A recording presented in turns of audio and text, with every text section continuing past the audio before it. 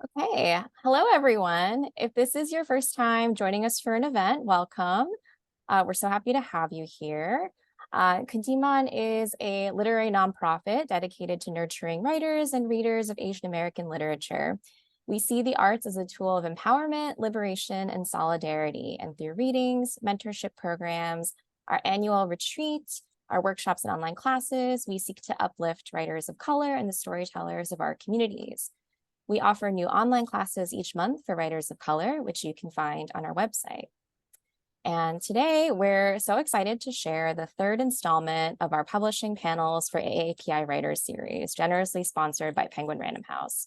We're joined by four notable book publicists across both traditional and independent publishing houses who will be sharing with us their valuable insights into the world of book promotion, publicity, and more. We appreciate all of you so much for being here. We're really grateful to be sharing this space where we can discuss publishing while also dispensing pockets of knowledge within our community. Thank you for your time. We're going to have a great conversation. And thank you everyone for bearing with the last minute Zoom change. Just some housekeeping before we start. So you can turn on subtitles at the bottom of the screen where it says show subtitles. Thank you to Jane from Sign Nexus for the live captioning. We also have ASL interpretation from Pro Bono ASL. Thank you to Ezekiel and Ingrid for being here. We're also recording this panel, and this video will be sent to all registered participants and be made available on our social media channels. So let's get started. I'm going to begin by introducing each of our wonderful publicists, and then we'll go into a moderated conversation until around 12:30 p.m. And then we'll do an audience Q&A. Thank you so much to everyone who submitted questions in advance of today's panel. Please feel free to submit your questions via the chat. Unfortunately, we don't have a Q&A function today, but you can type in your questions in the chat. Please do try to keep your questions related to book publicity, specifically if you have any questions regarding the process of getting an agent or how to connect with an editor. You can check out our two previous panels via our landing page here, and I will now drop a link for that in the chat here. Okay, so without further ado, our wonderful publicists. Karen Gu is the publicist at Two Lines Press. She has previously worked for Grey Wolf Press, The Believer, and the National Book Foundation. She is a fiction writer and Kundiman Fellow. Julie Kiyan is an editor and associate director of publicity at Penguin Press. She began her career at Scribner and joined Penguin Press in 2011. She has worked in publicity for over a decade, and her role recently expanded to acquire and edit titles. Jamie Knapp is the director of publicity for Plume and Tiny Reparations Books and the associate director of publicity for Dutton. She also serves as the Diversity, Equity, and Inclusion Council representative for the PPG division at Penguin Random House. Glory Anne Plata is an assistant director of publicity at Riverhead Books. She began her career as an intern at the New Press, then joined the G.P. Putnam's Sons and Riverhead Books publicity department in 2010, before transitioning to working solely with the Riverhead Books imprint. She has worked in book publicity for over a decade. Thank you so much to our wonderful publicists for being here. So we're just going to start with some kind of fundamental questions about book publicity. And this question, it's for anyone who wants to jump in, but if not, I'm happy to call on folks. But the first question is, what does a publicist do to support a book? And what elements can help a book stand out?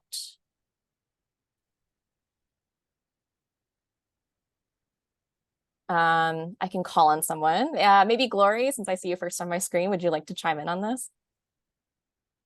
Yeah, sure. Hi, everyone. Thanks for joining us today. The question was how publicists support authors during this point in the publishing process, correct? I mean, it's really a partnership. We work with the author and their immediate team, which is their editor, their marketing team, their agent, to help them figure out the best way to talk about their work, to help them sort of like build and grow their readership, right, and to raise awareness for their project. But I would also say that in my experience, publicists play lots of different roles. We wear many different hats. We kind of come into the process at this very sort of scary time for the author. A lot of the time, it's the very end of maybe many years of working sort of like solo on this project that's lived in your mind for such a long time. You then have maybe worked with an agent and editor, these two people who are like your main team for such a long time. And then suddenly you're going down the process and you're about to sort of show this work to many, many people, to the public. People are going to buy it, people are going to see it online. It can be a very scary time, and authors often feel very vulnerable during this time. So, publicists, I would say, are sometimes travel agents when we're working on tours. We are sometimes therapists when authors are feeling very nervous or stressed about any given situation. They call us, they email us, we talk to them. We sort of like hold their hand through this very new thing that they're experiencing.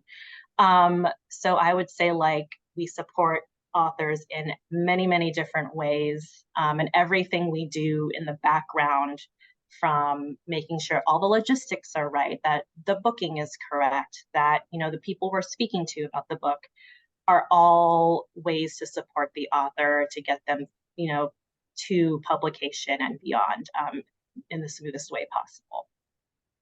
Amazing. Thank you so much, Glory. Next question. How can media outreach and reviews help generate conversations around a publication? And maybe Jamie, you can answer that one. So once, just kind of going off of what Gloria says, so, once the book is ready to be read out in the world, it's our job as publicists to work as closely as possible with the author to talk about kind of refine talking points. What is ultimately, what is the message of your book? What are you hoping readers are going to take from this book? And, oftentimes on our end, we have like an author questionnaire that authors fill out that kind of talks about like, what are the themes? What is the research that you did? And then our jobs as publicists is to craft pitches and materials to then highlight those specific themes and kind of say why readers should be paying attention to this book, why the media should be paying attention to this book. And the process starts pretty far out. Sometimes, as soon as the book is announced, some publicity teams like plan, how talk to the editor and the agent and the author, like, how do we announce this? Is it a social media post? And we think about sort of all the different moments of a book's life in which we can start building buzz, gearing towards publication, when we can start confirming reviews and interviews. So is it, starting with an announcement? Can we do a cover reveal like on social media? That's another moment when galleys are ready. And then there's just a lot of discussion, between the publicist and the author about like, where do you see this book? If you're a reader, where would you want to see this book reviewed? And then we kind of target those pitches to make sure that we can get to those readers and those audiences. Reviews have a power to do a lot of things. They can generate a lot of buzz. They can generate sales. A lot of times, if we get a really great trade review in advance, that tells our sales team that this is something that they should be talking to their accounts to. And, whether it's really big retailers or if it's an indie store, even libraries, all of those just help, kind of tell the story about the book and the author and why people should be paying attention to it. That's great. Thank you so much, Jamie. So next question, how might publicity differ across genres? And Karen, I'm wondering if you could tackle that one. Yeah, sure. Thank you. Well, I think there are a lot of specific outlets that focus on particular genres. Like right now I work at Two Lines Press, not for now. I do plan to keep working there. I reach out to translation outlets for all of our books, specifically because we're a translation press. That being said, I also want to target the kind of broader book media landscape as well, and not just focus on, translation outlets. And then prior to joining Two Lines, when I was at Grey Wolf, there were a lot of poetry titles that I worked on.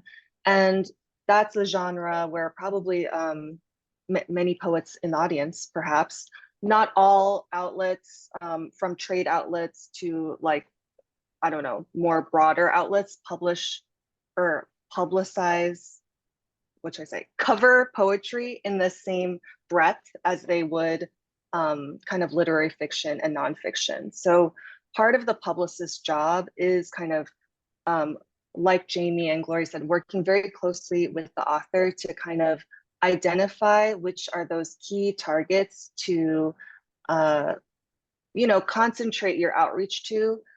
But at the same time, you don't want to cast too small of a net, and kind of not send to the kind of big places as well, because at least for my kind of philosophy is just try. Might as well just try. If I have the galley, I'll send it, if they request it. Be respectful, but try to just kind of get it out to where it should get out to. I kind of rambled on a little bit. I hope that answered the question. Not at all. That was great. And also, I think be respectful and try is like pretty good life advice, just generally for the life of a book, for anything. So since we are here in a particularly special Zoom setting where, this is a panel that's open specifically to AAPI writers, I'd love to ask the question, are there any specific opportunities, outlets, or venues that are important for AAPI authors specifically to be aware of? And Julie, would you like to answer this one? Sure, I'm happy to answer, and thanks so much for hosting us today. Certainly, to begin with, I think Kundiman is an invaluable resource for any AAPI author. And, the Asian American Writers Workshop as well. I've had the honor to work with a number of AAPI authors over my career, and I feel like many of our conversations always begin with one of those two organizations. I'd love to shout out, Lucy Yu of You and Me Books, who is just an absolute force of nature, and Yuan Messer, and just so many booksellers who've been doing this work for a long, long time. And, I think sometimes, if you're kind of coming to this new, the bookseller side of it might not always be the most obvious thing when it comes to, you're thinking about media, you're thinking about, kind of influencers and folks on, on that level. But, the booksellers are, often some of the biggest and most passionate champions of our books. And they're also the first line to many readers too. And so I think, really building up support and kind of getting to know who in your, community, who kind of broadly among booksellers are really passionate about AAPI stories, is well worth your time. There are, a lot of writers and folks in the media who are really keen to share and tell AAPI stories in all different facets, whether that is, about the author themselves, it's a certain kind of story, it's a community. I think, always kind of knowing having a sense of who those writers are. If you find a writer that is doing work that you really admire, and you're maybe still in the process of writing your book, or you're actually starting to, get into the publicity side of things, write their name down, talk to your publicist, because there's always, I think, especially if you feel some sort of connection, that goes a long way with, any sort of media outreach. There are outlets like Hyphen and NBC Asian America that have been doing, again, this work for a long time. I'm thinking of social media accounts too, like Mott Street Girls and Gold House. And I think, but the truth of the matter is there really there isn't a huge number of AAPI focused outlets. It's, in today's media landscape, everything is hard. And it is harder and harder to really break out, a specific dedicated outlet and sustain it.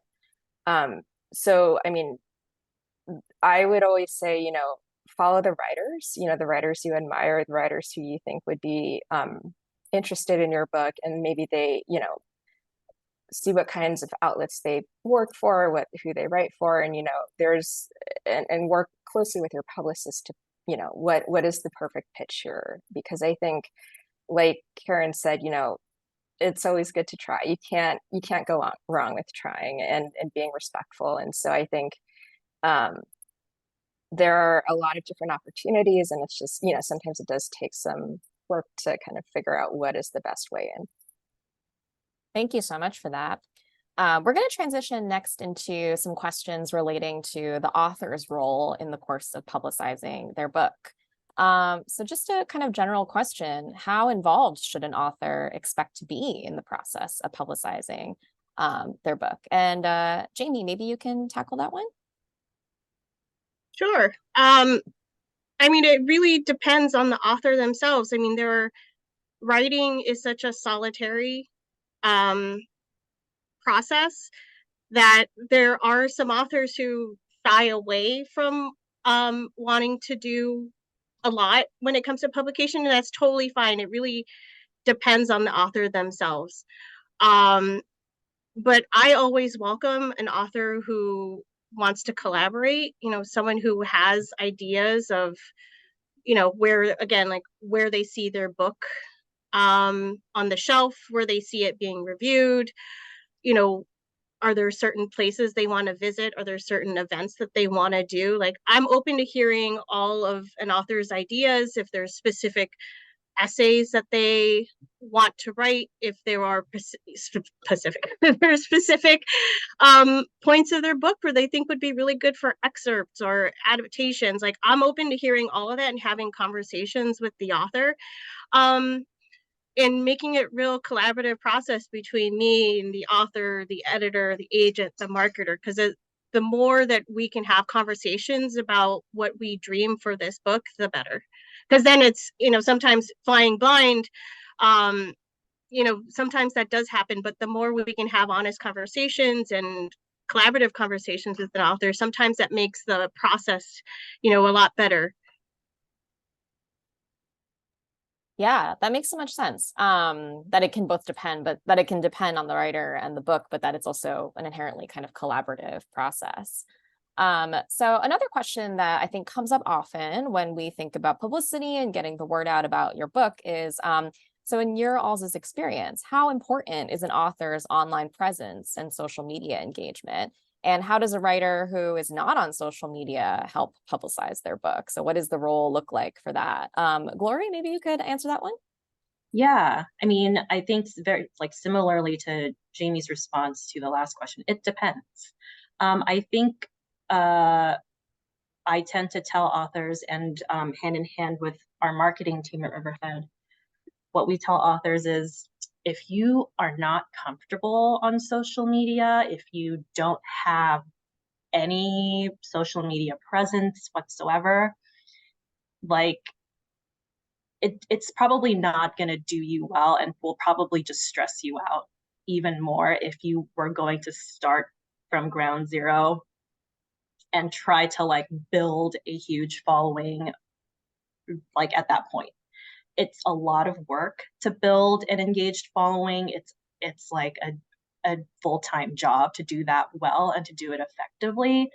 So if you are not already comfortable or doing the X and the IG and the TikTok, if that's what you're doing, if that's what you think is happening, I would say it's okay. You don't have to. Don't feel forced to have to put everything online. That is what your publicist and your marketing team and your publisher hopefully will be able to help you do with the following that they have, with the the blurbs that you're getting, or the media coverage, or the influencers who will be reaching out to you. If you don't have the social media presence, it is part of our job to find that presence for you in other ways. So I would say totally it's helpful if you have it and you know how to use it well, but if you are not interested and it scares you, or it's just not something you're already doing, then let us strategize and come up with another online way to like sort of garner that same effect. Yeah, that's great. I think a lot of writers, often get intimidated by that question of being on social media. And it is a lot of work. It's a full-time job in itself to sort of maintain a channel and connect with people. So that leads me to my next question. So what are some ways that you've seen authors use to engage with readers and build a strong author-reader community? And also any tips for authors who are not based in the US, but are being published by a US-based publisher? And Julie, maybe you could answer that one for us. Sure. So the first part of the question was examples that I've seen of authors building community. So I mean, one of the authors I work with at Penguin Press is Ocean Vuong, who is just an incredible poet and novelist. And over the years, he has really built up a community on his Instagram. If anyone isn't currently following him on Instagram here, I highly recommend it. I think he that is a very meaningful community to him. I think, he has a pretty strong following there, and they feel, his readers and Ocean's followers feel connected to him because it's very personal. And I think, there are so many different ways an author can go in terms of what they establish as their social media presence. Glory so thoughtfully put it, it's ultimately what you're most comfortable with. And, if it's, here's some exciting news and it's just like sharing good news, and here's a great review, here's my galley, doesn't it look gorgeous? That's great. Some, folks are a little bit more enigmatic, shall we say, on Instagram and social media, and that's really, appealing to readers. So I think, I agree with what everything has been said here. Go with what's most comfortable, and and engage with readers who are, reaching out to you in a way that, feels right and genuine to you. I think especially for debut writers where, you're just coming on the scene, you're establishing yourself, and your publisher is working closely with you to really build your profile. But I think never forget the kind of the one-on-one connections that can come through social media. I've worked with a number of writers, from very established to debut writers, who often some of the most meaningful correspondence through social media, whether it's a DM or something, or an email that they get, is just hearing from readers and saying, your book moved me in a way that I never expected to be moved, that I've never seen myself on the page in the way that your book has been published. And I think just kind of always maintaining that, because there can be so much noise on social media, whether it is from a very supportive community that you have, or just the wider complicated social media landscape that we're all living in. And I think the second question was about writers who aren't based in the US.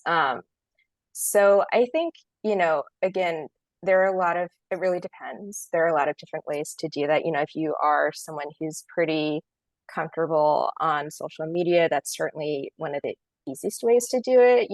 You're able to tweet or to post and whatnot, and you can do that from anywhere in the world. I think if that's not the case, and that is, again, totally understandable, and then like Jamie and Gloria have said, work closely with your publisher in a different way, because we have these established platforms.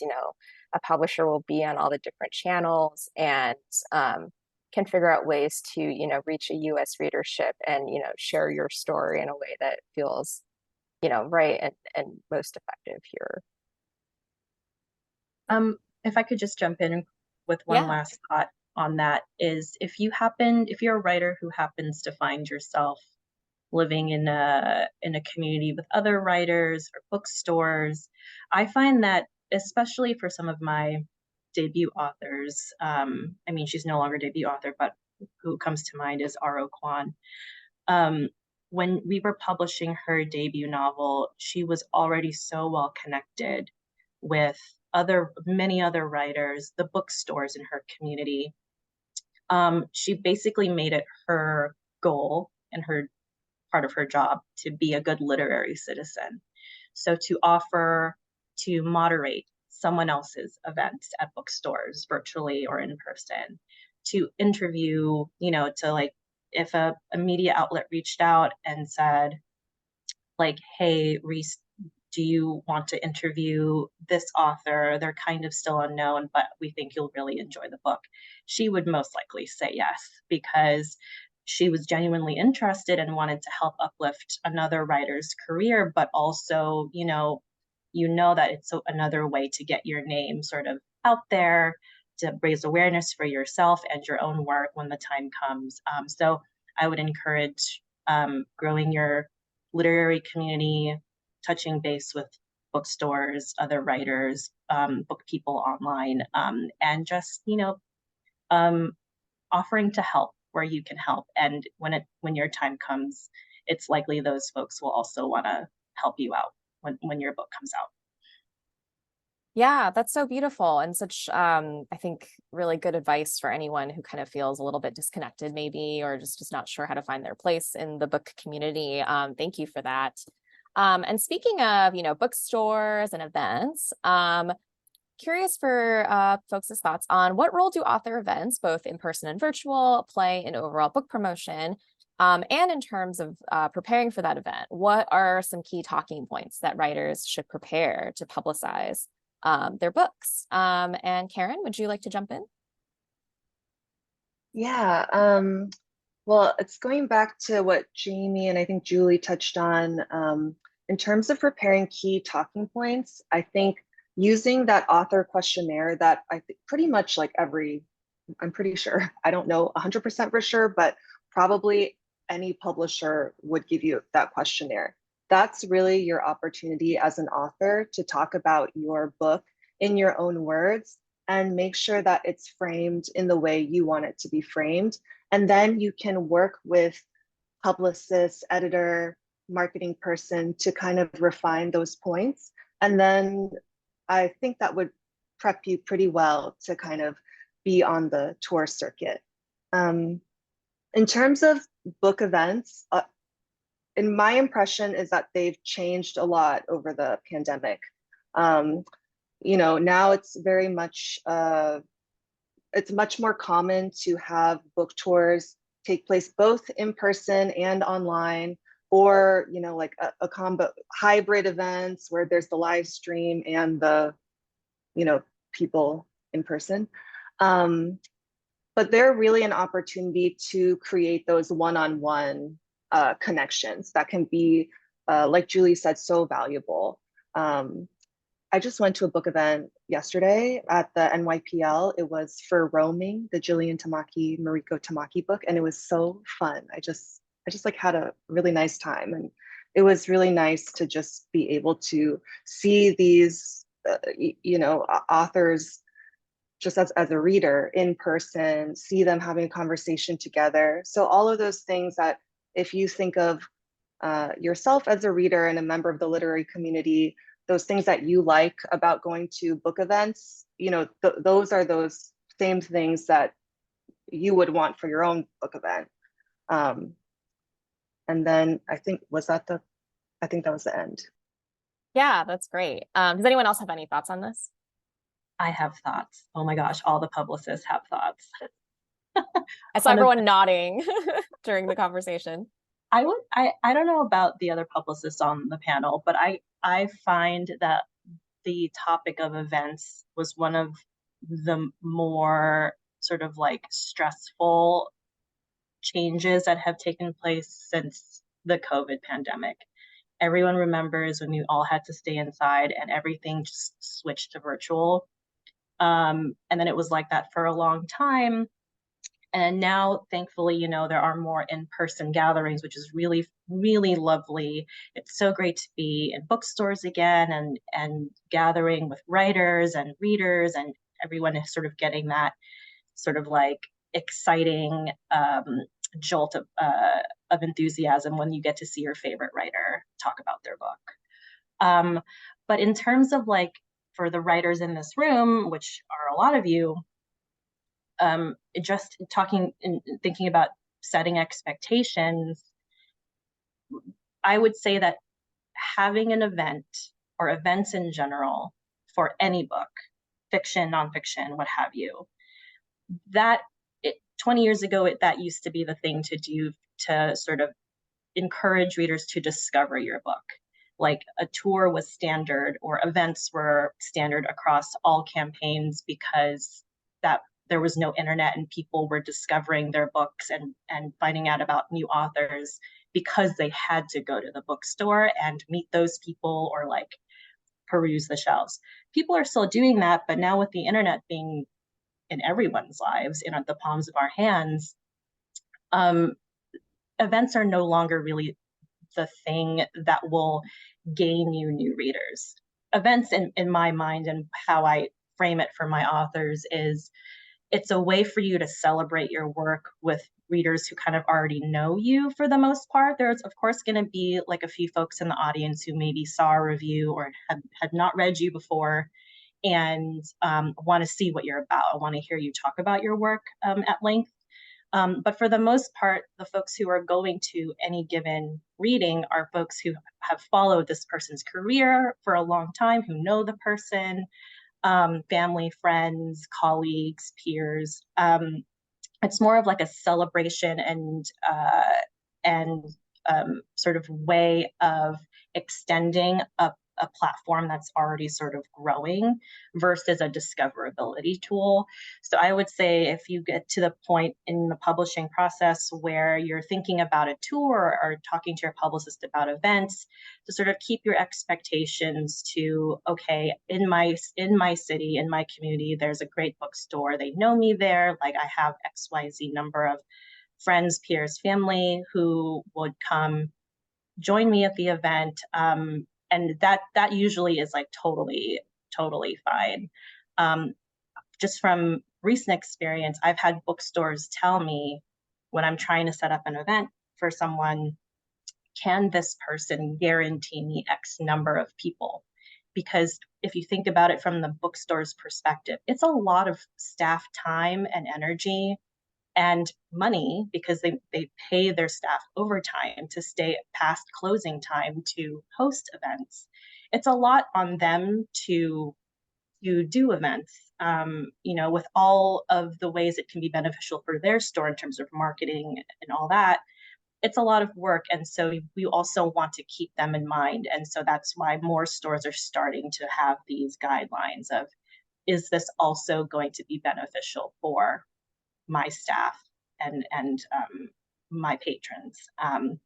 So those are just some lingering thoughts I have on setting expectations for events. I think oh, sorry, Julie. I definitely agree with that, Glory. And one thing I'd like to suggest to the authors in the room is, one thing you can do in lieu of doing a traditional bookstore event, is just going to your local bookstores. If you live in a community where there's, whether it's a indie or it's a Barnes and Noble, to walk in and introduce yourself to all the booksellers, because booksellers have just as much influence and can help really hand sell your book to people who come in who might say like, hey, do you have a book on this? They will remember that you came in and they'll talk up your books to customers. And that word of mouth can be just as powerful as a book event in which, you had, I don't want to be a downer, but just being very realistic that in this COVID era that we're living in, is that a lot of bookstores who used to have really fantastic events pre-pandemic are no longer doing those types of events, or scaling back because of resources and strain on staff. So there used to be bookstores that would host, 5, 6, wonderful events a week, sometimes more, and they've really had to scale back.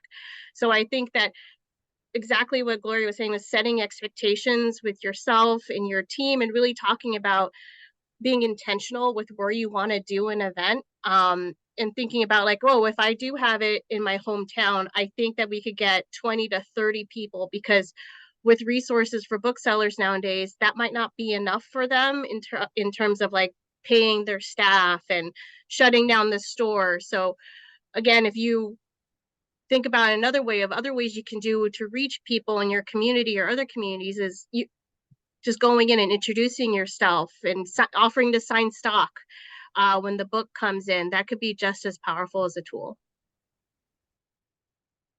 Yeah, just to jump in here, I mean, I completely agree with everything that's been said here. It is a dramatically different landscape from before the pandemic. And I think, Jamie, that's such a good point about, you know, if say you don't have an event plan with the bookstore, but you're you know, it's your local bookstore, or you'd like to become more connected with that bookstore, go in, and because it's what we have historically always seen events as, it's not only just about the night, which is always great. You have people in the store, it's exciting, it's really interactive, but ideally an effective event will not only, be successful the night of, but have a long tail. And, you kind of, the booksellers that, saw you speak and, can tell their colleagues, oh, this person was fantastic. Like they talked about this book in this really interesting way. Like we should keep, and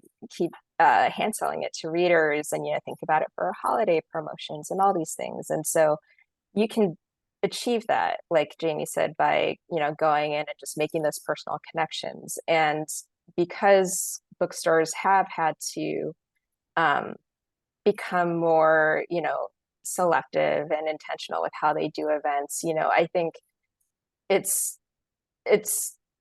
I always, when I talk to authors about events, because I can completely understand coming into the process and, you might have seen another author is doing this tour and think like, that's really cool. Like, I'd love to explore that. It's always good to have the conversation with your team. And I think a helpful thing to just keep in mind is, events like the publicity process, events are also partnerships and collaborations with a bookstore, with a venue. We don't, treat them as, okay, we've booked this event, here's the confirmation. All right, this bookstore, like go with it and run with it. They work with us closely to make sure that this event is successful for everybody, that the author is doing what they can do, that the publisher, that the bookstore or venue. And so I think, we're always very, we like to kind of, we don't set, say like events and tour plans completely in stone, 8 months before PUD, because I think that, the hope always is that, buzz is building and you get a strong response. And we like to be, responsive and reactive to the interest. But I think, again, those kind of maintaining expectations, hearing what your publisher is, saying, these are the conversations we're having with bookstores, we want you to be happy ultimately with this event. I think just having that line of communication open, and also looking at other avenues, like going into stores on your own, like connecting with folks online, and just continuing, trying other things that are just not solely relying on events, which are, a lot of work for everybody involved. And we just want everyone to be happy with the results in the end too. Yeah, agree. And I think at the end of the day too, it's sort of like, we want you, the author, to spend your energy and your focus and your time promoting a book toward what is we feel is going to really work for the book. And, if in the case that an event is not going to be that thing, there are so many other ways to reach audiences beyond that immediate city or community. Again, the internet, I hate it and I love it, but it's, there are so many more options too. So if your publicist or whoever you're working with, has to say maybe doing an event right now isn't the best thing to do, but it should be their job to give you the other options, or to work with you on coming up with those other ideas of what else we could be doing. Thank you all so much for that. Yeah, I think definitely in terms of thinking about booksellers, even just having conversations with those folks is like other alternatives, I think is really good for authors in general. Cause like I think there is this idea that there is a one size fits all approach, or there's like a thing that you have to do and checklists. And obviously that's not the case. So thank you all for weighing in on this. In a moment, we're going to transition to some of the audience submitted questions, both in the chat and questions that were submitted in advance, but I just want to ask a more question for this part of the conversation, which is, so publicity can seem a bit daunting for many. I know a lot of you there have mentioned already that there's a lot of author care involved in the course of a publicist role. So do you have any tips for how to have fun and keep perspective during the process? And anyone can jump in.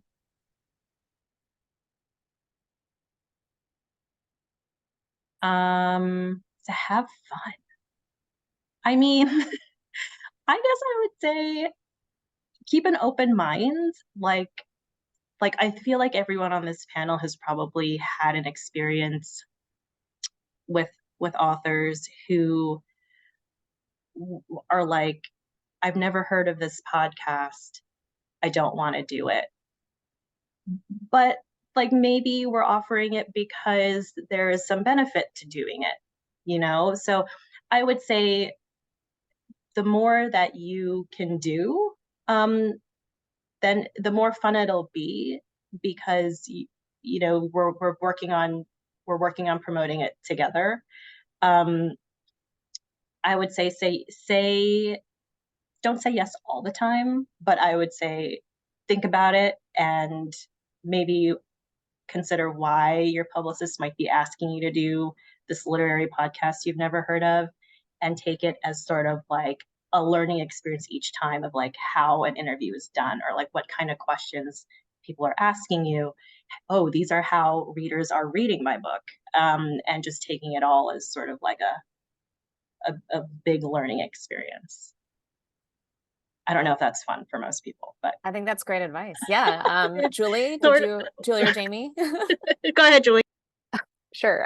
Yeah, I mean, I completely agree with Glory. And I think, you know, it again, I mean, that really goes back to, you know, our intention is always that this is a collaborative process, that this is a partnership. And you know, we as publicists, you know, we're your book's champion and cheerleader, and we ideally, you know, we want you to feel good about the process too. And so, you know, like we are like just always open to talking about different ways we can achieve that. And I think Gloria put it earlier in the panel, you know, it's such a long journey to even get to that point, right? I mean, you've been writing this book for, you know, years, possibly decades. And, you know, I think to get to the point where you're at publication is in itself, to me, and I think to many people in our industry, such a cause for celebration, because we know how hard it is to just, you know, write, and then to submit to agents, and then to get the book deal, and then to, you know, go through edits and all of that. It's very you're in such a vulnerable position. And I think, you know, when the time arrives for publication, you know, I think trying to center, this sounds a little self-helpy, but like trying to center the joy and, you know, celebrate with your, you know, your friends and your family and your colleagues and, you know, all the people who've helped you get to that point too. I think it's really, it can be easy to get caught up in kind of, you know, the rat race and following, you know, what's going on with other people, and you know, seeing what else is out there and maybe what's getting attention and what's not. And I think that's a very human instinct, but I think at the same time, remembering that every book is its own ecosystem, every book reflects a different journey, and there are so many different factors at play that getting like publishing, you know, having your, you know, your hometown celebration, you know, doing an interview, like that's, you know, I think it's an exciting moment that should just be recognized in and of itself. And then, you know, everything else on top of that, it's, you know, I going back to, you know, working with Ocean, like when we were publishing his debut novel, On Earth We're Briefly Gorgeous, you know, the book came out and he was like, the book is out, everything is gravy. And that was really, that was so wonderful for me to hear, and I think everyone who was working on that book. And that's something I always just keep in mind, that, we're, of course, as your team, going to do everything we can to, get as much attention, get as much support, and get people excited. But publication itself is quite thrilling. Did you want to weigh in as well, Jamie, before we move on to the next question? Yeah, I was just gonna say that, when you get introduced to your team, I think how we can guide you towards like having a lot of fun is just telling us how you want to be communicated with. There are some authors who like don't ever want to read reviews, and so when reviews start coming in and then we find out they don't want to read the reviews, it's like, oh, that's something that maybe we should have had a discussion with. So, once you get introduced to your team, do you want to be, given updates every week? Do you want to see a list of all the like different topics that we're pitching? Do you want updates regularly? Do you not want updates? And then that way we can make it as collaborative and as fun and comfortable for everybody as we gear up towards publication. And another thing is just to keep in mind that the media and publicity is always changing. So just in case, we're gearing up to publication and you're not hearing anything, you're starting to get worried, that happens. What we've seen in the pandemic especially is that book publicity sometimes doesn't happen when the book comes out. Sometimes we're seeing hits a week later, 2 weeks later, sometimes even 6 months later, we're seeing stuff. So just in case, if you're starting to get nervous and you're not hearing from your publicist, it doesn't mean that no one's paying attention or, that nothing's happening. It's just the way the media kind of ebbs and flows with publicity. So the fun's coming. Great. Thank you so much. Oh, sorry. Go ahead, Karen. No, I just wanted to jump in really quickly about the fun aspect. And I think I've heard of, especially debut authors, like having group chats with their friends, other writers who are going through, publishing their first book at the same time. So leaning on your friends, leaning on your community, keeping those you can commiserate together, celebrate together. I think that can be really helpful, in addition to keeping the channels of communication open with your publishing team. Make sure you have your friends sort of in your corner as well. I think that's such great advice. Thank you all so much. So we're gonna move on to answering some of these really wonderful questions in the chat. There's a lot of really great questions here about working with a publicist, especially if you're maybe with a smaller press or if you have a poetry book coming out, so different considerations. So I'm going to try and synthesize these as best as I can. And in the meantime, if folks have other questions, please feel free to drop them into the chat. If you see a question that you would like answered, feel free to thumbs up it or heart it, and we'll try to get to those as well in the time that we have. Okay, so we're seeing a lot of questions about hiring an external publicist to supplement or complement what the publisher's team might already have. Also, some people have questions about, let's see, just how that collaboration would work if you were to hire an external publicist. And is that something that the author is in charge of, the agent is in charge of, the publishing house? So curious for your thoughts on the process of finding an external publicist, when you'd recommend it, and how do you work with external publicists in your experience? So if anyone would like to jump in. I can start. We work with outside publicists pretty regularly. And I think, if you're an author and you're considering hiring an outside publicist, I think that you have to really think about what you would like for them to do. Because oftentimes your in-house publicist will be doing the exact same job as the outside publicist. They probably have the same network of people they're going to be pitching, probably going to do the same thing. So you really have to think about what you might want the outside publicist to do, because, in all reality, all four of us here, we're all pitching the same people pretty much. And the outside publicist will be doing that too. But there are outside publicists who have specialties. So say perhaps you really want a second push, towards the anniversary of something or in a cultural heritage month that you're not publishing. That could be something that you talk to an outside publicist about.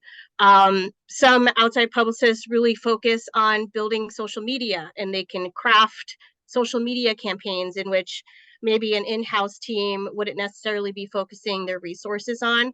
So if you think about really intentionally what you would like an outside publicist to do, and then talk to your agent or your in-house team, and then you can see how they can collaborate and amplify what your in-house team is already working on. And in terms of finding someone, your agent or your in-house team might might have recommendations. If there's authors in your network who have worked with outside publicists, you can ask them for recommendations.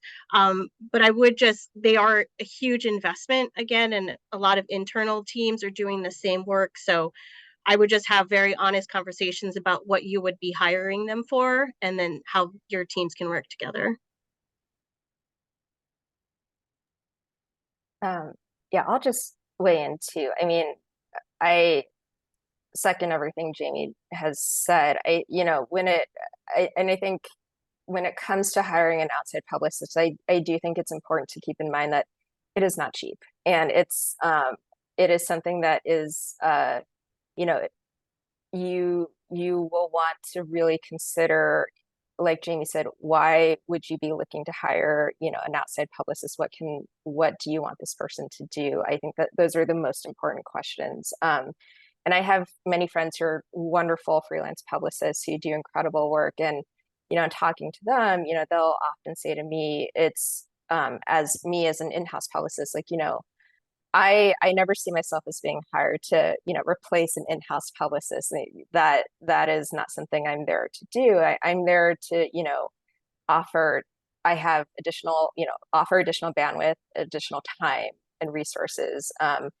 Like Jamie said, freelance publicists are not privy to an extra set of contacts in the media that they can kind of, really lean on to, quote unquote, guarantee coverage of book. That's really not what they're there for. It's really to amplify what, the in-house team is doing, and to, just have that kind of extra time and bandwidth. But I think, again, it's such an important, it's an important question to really consider earlier on in the process, maybe like when you're kind of getting ready to finish up edits, and you are probably anticipating a publicity and marketing team around the corner, and to talk to your agent and editor, because I think, I'm biased, of course. I'm an in-house publicist at Penguin Press, and I think our team is excellent, and and that we do everything we can for our books, and but just to understand,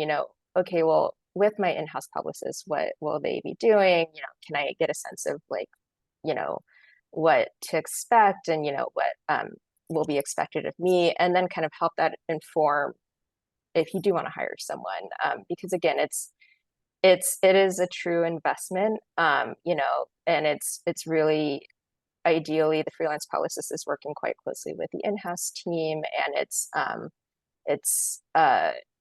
but oftentimes I do feel, in-house publicists are really, I mean, some of the most passionate and enthusiastic people. Every book publicist I've met and worked with is really committed to what they're doing. So I think it's just have that conversation, have that early on, and really know what you're looking for. Thank you both for weighing in on this. We have some questions about, so specifically for AAPI authors. So obviously May is a big time for many of us, and it's AAPI Heritage Month. So do you have any advice on how to best leverage times like AAPI month, when obviously just because the month rolls around doesn't mean that there aren't amazing things happening for the community outside of that time period? But what are the best ways, or what are some tips you have for authors looking to sort of leverage those kinds of moments when media outlets might be looking for a little bit more opportunities for coverage for AAPI books?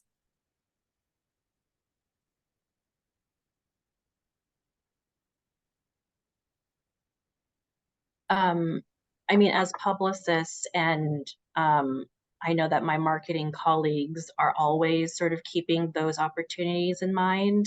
That is something those are things that also are often discussed and considered when you're sort of planning out the entire campaign for a book. If we put a book on sale on this date, what are the opportunities that can come beyond that, or from that date? So certainly, your publicists or whoever you're working with should be pitching to, all the outlets who they know tend to do sort of those monthly roundups or themed roundups, or pitching the idea to a place that maybe hasn't done it in a while, but, especially if there are like a ton of AAPI authors coming out with books sort of around the same time, and this outlet hasn't done a roundup, then maybe this is a great opportunity for them to benefit from all of the wonderful books coming out and putting out a roundup. So your publicist should be pitching those opportunities. And, publicity and marketing tends to work differently at different houses and imprints. Some imprints have one department that's both marketing and publicity. There are other imprints, such as where I work, Riverhead, where marketing and publicity are effectively two separate departments that work really closely together. I mean, our responsibilities overlap so much, but our marketing team's main focus is the consumer-facing opportunities. What are influencers talking about during these sort of special months? What are the trends out there on social media that people are seeing immediately, versus me and publicity behind the scenes pitching an outlet to somehow get our books in their coverage whenever they plan to run it. So that's, communicate that your desire to be included in all of those opportunities. It's likely your team is already thinking about that, but it doesn't hurt to just remind them that you're really interested in seeing your book in that kind of coverage. Thank you for that. And I think we touched on this a little bit earlier, but there was a question about so examples of AAPI specific media outlets or organizations or podcasts and so on. What's the best way to for an author who's maybe providing that list for their publisher? What's the best way to find out more about those kinds of places and sort of do outreach to them, or ask your publicist to do outreach to them? I know we had touched on social media and how it's definitely, I agree, it's not necessary for authors to post or be the next book talk star or whatever, but just as a research tool for yourself as a writer, it can be good to just lurk, follow all the publishers, follow the outlets that you like to read. That's a really good way to, if you're curious about learning more about the book media landscape, literary landscape, you can do that, as low stakes as you want. Just be like the egg or whatever. I actually don't know. It's different now. It's not. Yeah, so I think asking your friends, staying connected to Kundiman, Asian American Writers Workshop, all of these great organizations that have been mentioned, and people who have been mentioned. Yeah, I think that's kind of even for myself as a publicist, so much of what I do is kind of lurking and seeing what other books that might be similar to the books that I'm, working on, what's their coverage look like? So if you're writing a novel about, Asian American women coming of age in Pennsylvania or something, what's a similar book that has come out in the past few years that you have seen around, reviewed, who's reviewed it, what outlets have covered it, were they on Seth Meyers? No one can promise you that, but we can always try, and so I think just keeping your eyes open, and then when it comes time to fill out your author questionnaire, you'll already know kind of some of these wish list places, like, oh, I really want to do a Grub Street diet. You know, I love sandwiches and I need to do Grub Street diet. Da, da, da, da, da. So I would just say don't let it take over your life, especially if you're still working on your book. But when it comes time to be thinking strategically about where you'd like to see your book and how you want it to be covered, just look around and kind of make note. Yeah, I think that's such good advice. I mean, I certainly do that for all of my books too. And I think it's always really interesting to just see how other campaigns are done, and you know who's talking about what books. The only other bit of advice I would add is, especially for interviews, and this especially podcast interviews, because there are a million podcasts these days, as we're all aware. And I think if there's like a show or an interviewer in particular that you're really keen on, I would definitely recommend like listening to a few episodes or reading, you know, this person's interviews, and just get a sense, you know, is my book a good fit for this book? You know, I mean, I think there's a podcast that I personally really enjoy listening to, Time to Say Goodbye, with Jay Kang and Tammy Kim. And, you know, they're really focused on a lot of AAPI issues, but it is from a certain perspective, you know, politically, culturally. And, you know, I think just getting a sense of, okay, this is what the hosts like to talk about. This is what, you know, this person's interested in. And if you think like, I really do feel like my book aligns with the show, with these interests, let us know. But if it's more just like, you know, I saw this other person on this show, you know, maybe, and it could just be like, well, it's just a completely different book. I think just having a sense of, you know, not only what the shows are, who the people are, but what they're also writing about. And because, you know, AAPI is such a broad and diverse, you know, idea and landscape, and that's kind of the beauty of it, right? There's no one entry point. And so just getting a sense of like what people are actually saying and doing is also really helpful if you're working with your publicist on targets and media and that kind of thing. Yeah, I think that's so beautifully said, that, you know, that is part of the beauty of this sort of unruly and complicated, but, you know, this overarching umbrella of AAPI, that there is no one entry point. There's so many different ways and so many more outlets now, I should say, than there used to be. So, and continue to be. So yeah, thank you. I'm going to go to some questions that were submitted by our meeting registrants in advance. So one question we got was, how important is placing personal essays for book publicity?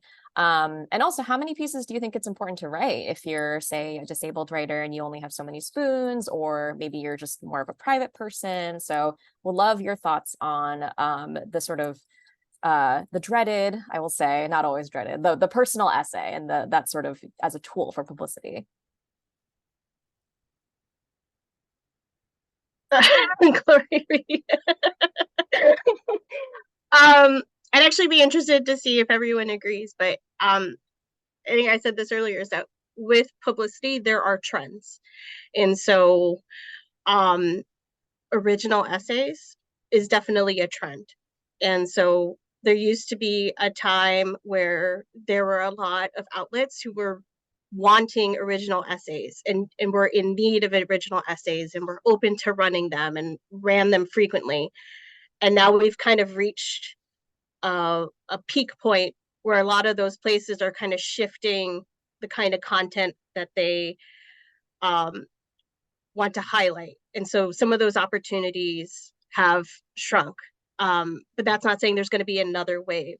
So this is, again, is something that if you have a very honest conversation with your team about what kind of piece you would like to write and where you would like to see it, and with just the expectations that you might write the most beautiful essay that is tied to your book, but unfortunately it might not ever be run, not because it's not good, but just because of the way the media changes. But then you can think about other ways that you could use that. Could that then be, you know, a Substack post? Could it be a blog post? Could it be a beautiful caption on an Instagram? So there's other ways to repurpose that. But I think, you know, again, kind of what everyone's been saying is if you're reading the media, or following a lot of media outlets and where you think you see your book, and to really have, the intention of, I'm going to write this essay about my inspiration for the book, and I really see it at these two outlets, and then we can do really targeted outreach. And if it doesn't pan out, then we can think about other ways to place it, because now people have seen the success of original essays, and so now everybody wants to write them, but unfortunately there's just not as many places taking them. Yeah, I agree, Jamie. I think we definitely hit a saturation point with personal essay where you share a lot about a moment in your life in general, and it's definitely there are fewer outlets and opportunities to place such essays where like official quote unquote outlets to do that. There are always kind of like the big fish, like A Modern Love and that kind of thing, but they're incredibly competitive. And I think, always keeping in mind, like Jamie said, that there's no guarantee you could write a stunning essays, some of your best work. And sometimes it's just a matter of timing and opportunities. And that can be really tough. I mean, I think part of your question, Gina, was like how many to write, especially if someone has limited bandwidth or is disabled. I think, honestly, and I also would be curious if the other publicists here agree. I feel like if you're really keen to write an essay, focus on making one essay really good. And work with your editor, publicist, agent on it, make it, as strong as it possibly can be for whatever the intended target outlet is. I think this probably ties back to the oversaturation point of personal essays, where there is like, okay, well, I have 5 ideas, 5 essays, let's bang them out. And then, my publicist will pitch them and place them. And I think because opportunities are so limited, and also because, these outlets are also very competitive with each other. So if they see your byline in one place, a competing outlet isn't going to necessarily want to run a piece that, even if it seems kind of different, they're just like, I feel like that's been done. So focus on making one really good. And I would also say, if there's a part of you, especially, and I've worked with a lot of novelists where this has been the case, if personal essay writing, nonfiction writing is not your thing, then don't do it. Like, it's one of the most painful things is feeling like you're forced to, or forcing someone to write an essay that they really don't want to write. And because you're being vulnerable, you're trying to put, some experience onto the page. And if it's not there, then don't force it. There are other things we can do. A personal essay placed in a good outlet before publication is a nice way to platform, especially a debut novelist or debut writer. But it's not the be all end all by any means. So I think, if it's, again, like, this goes back to what we've been saying from the beginning, it really depends on the author and the book. And if it's something you're comfortable with and would like to do, then talk to your team about it. But if you're like, that sounds horrifying to me, then, take a pass. I wouldn't force it. Thank you. Thank you for weighing in on that. We have another question that came in. Is there really no such thing as bad publicity? And that's open for anyone who wants to take that on.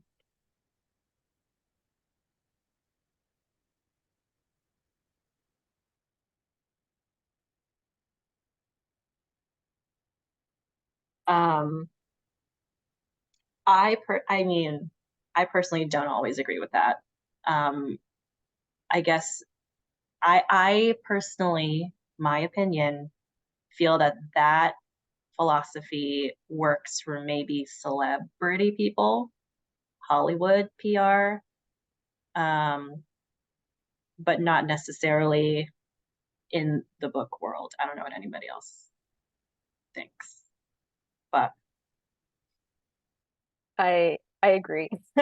I think that is a saying for, celebs that, it's just a different, I think those goals are different, right? If you're a celebrity, you are a celebrity because a lot of people are talking about you and know who you are, and you're staying in the conversation in a certain way. I think for an author, doesn't apply to everyone, of course, but your work is your book. And I think, there is bad publicity could be a lot of different things, but especially if it comes at some sort of like personal cost, and it feels detrimental in some way, I don't think it's worth it. I mean, I think you ultimately, or again, speaking for myself, I mean, you are the author of the book. This is your book. You want to be proud of what you're doing and proud of, how, we can't control everything for sure, but I don't know. I don't agree with that either. Well, I guess like an example would be a recent book that we published was picked up by a super right-wing conservative outlet, and was the narrative of the novel was spun in a like the most untrue, ridiculous way, and it was a really highly rated in that audience outlet, and so it was everywhere for maybe like 24 hours, but not in the way that we wanted. It was just creating this false narrative. And so you go through the process of talking to the author, the team. Is this something to respond to? Is this something we want to engage with? What is any possible positive for engaging with this behavior or this narrative? And if you can't come up with a single positive thing, then just it's not going to be good. So that in that situation, we the author and the team just decided best not to engage, and thankfully all that really terrible stuff being said on the internet eventually went away, as the media often does move along quite quickly. But yeah, I think like ask yourself, like, what are the goals of this type of publicity? Will it benefit you and your specific book? If the answer is no, then just don't. Just don't. Yeah, that's really good advice. Thank you for weighing in on that. We also have a question about, so I think a number of folks in the chat and on this call have been chiming in about small presses, university presses, what to do if you don't maybe have, say, like the in-house publicity firepower of a larger like Big Five company. What are some tips for authors who are coming out with their book from a small press or university press? Do they need to hire an external publicist? Is that something like, what are ways that they can support their publisher and sort of getting the word out about their book? I can speak to some of that. Right now at Two Lines, I'm the only person in the publicity. I'm a one-woman publicity department. And then at Grey Wolf, it was a little bit bigger, but still quite a small team. I think in terms of working with a small press and whether to hire an outside publicist, I'd like to echo what Jamie and Julie said, is just getting a sense of, is there the in-house person? Is there no in-house person? If they're an in-house person, are they full-time? How many other books are they working on? Like getting a sense of what an outside publicist would help with and how in relation to what the in-house person can do. I would also say what's been so helpful for me in working at a small press is just having that close collaboration with the author. As you prepare to publish your book, really like emphasizing, yeah, the author questionnaire is kind of like a Bible to me. Like, you just put, that's really where you can start that conversation of how you and your publicist can start working together to position your book in the way that you want to. I think also small press sometimes it can be like a little scrappy and you get creative, and maybe that's, being like, I'll make a video for your your small press TikTok, you know? And like I think Glory said, keeping an open mind about like opportunities that come up, because the scope of the campaign will probably be different than at a, you know, larger publisher. So just kind of keeping an open mind, having honest conversations with your team about expectations and about kind of how things have gone. And then also maybe again, looking at the coverage that the press that you're publishing with has gotten before. So you can kind of understand, you know, what's going on, and looking at comparable books as well. Thank you. So we also have a question about, speaking of scope, and how campaigns can differ. How might a publicity strategy differ for a debut author versus a more seasoned author in your experience?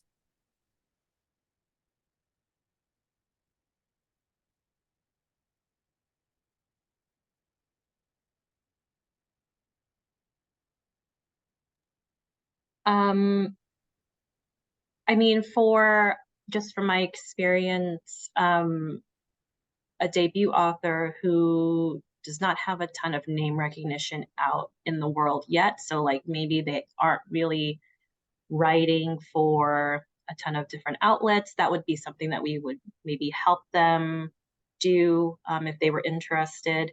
We could suggest the names of the name of that debut author to our contacts in the media. It's like, hey, if you're ever looking for someone to write about XYZ topics or to review other works or what have you, that's something that we often do.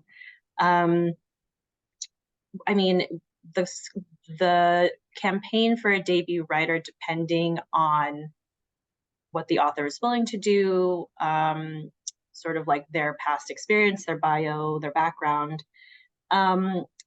is a lot of, you know, talking about the book itself, oftentimes, really concentrating on the read, working with our sales folks, working with our marketing folks to really highlight what about this story, about this book, about the writing, that should appeal to people, that we want people to recognize, and versus a more seasoned author who might have gotten some really nice reviews, might have gotten some blurbs, like we have the coverage, we have the social media sort of response to the book, to their other work.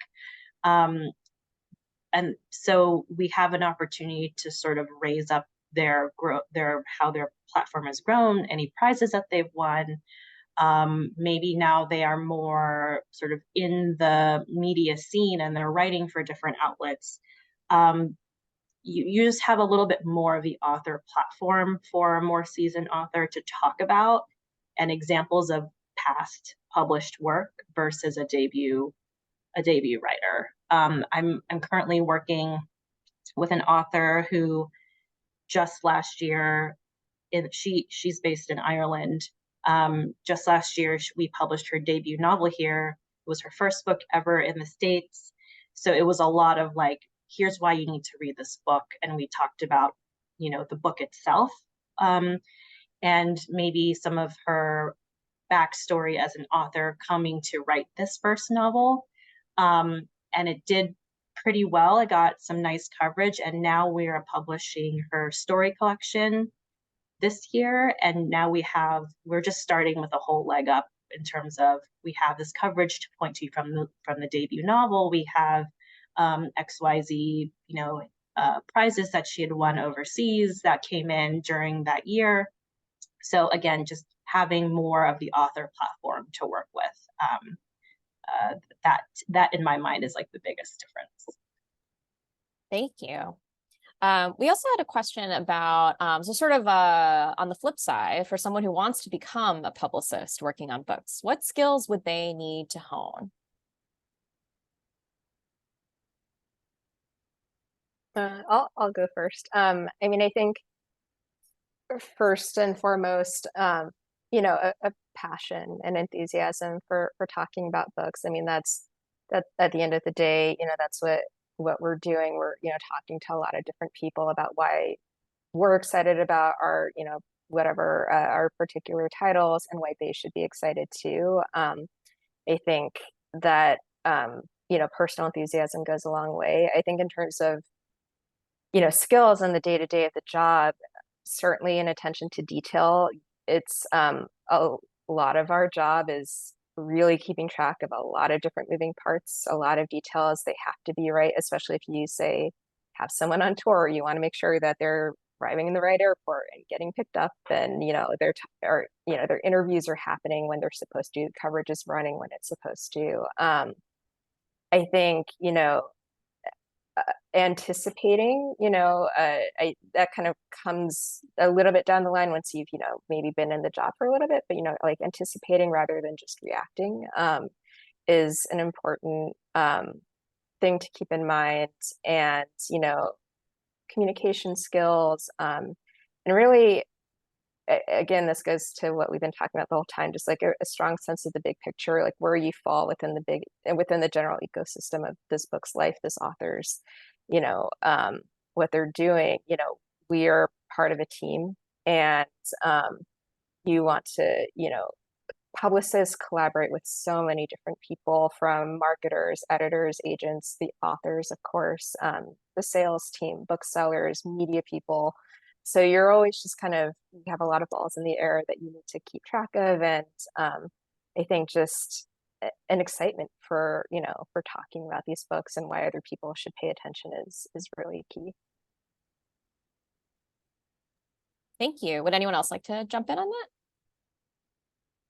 Yeah, co-sign everything Julie just said. Emphasis on attention to detail and flexibility.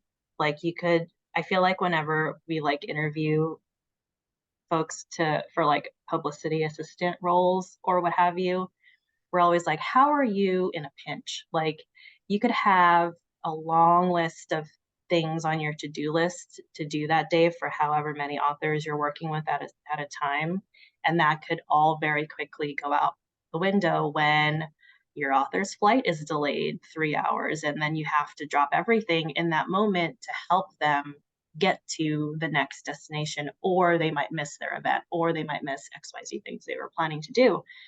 So attention to detail, flexibility, really being able to sort of work under pressure. I would say I want to push back on this idea that to be a publicist, you have to be like the most super outgoing person, extrovert, going out every day, every night. Certainly that helps. And a big part of the job is to go out and chat with people and be present and make connections. That's a hugely important part of the job.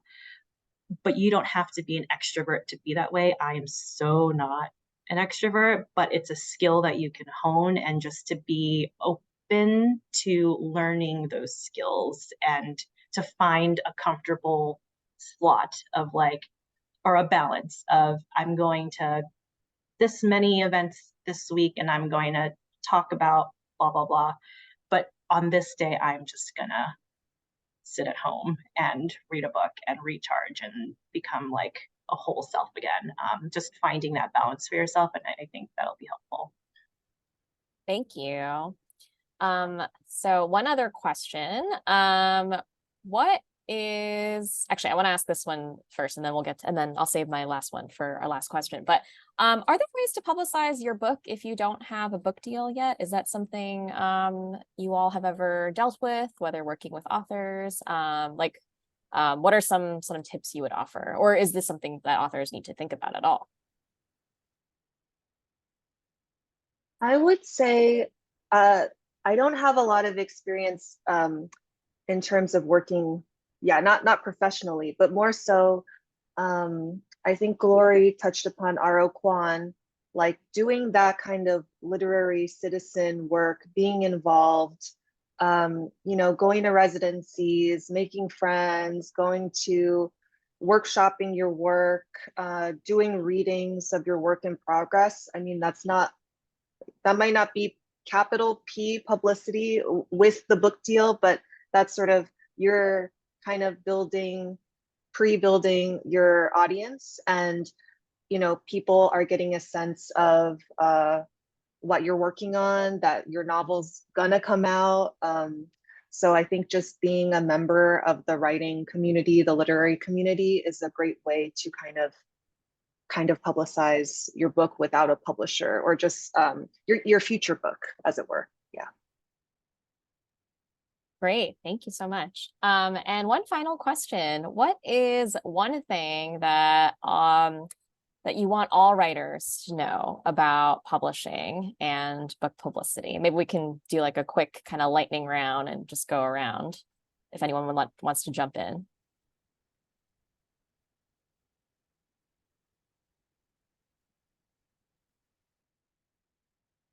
I would say that there's no one blueprint for a publication.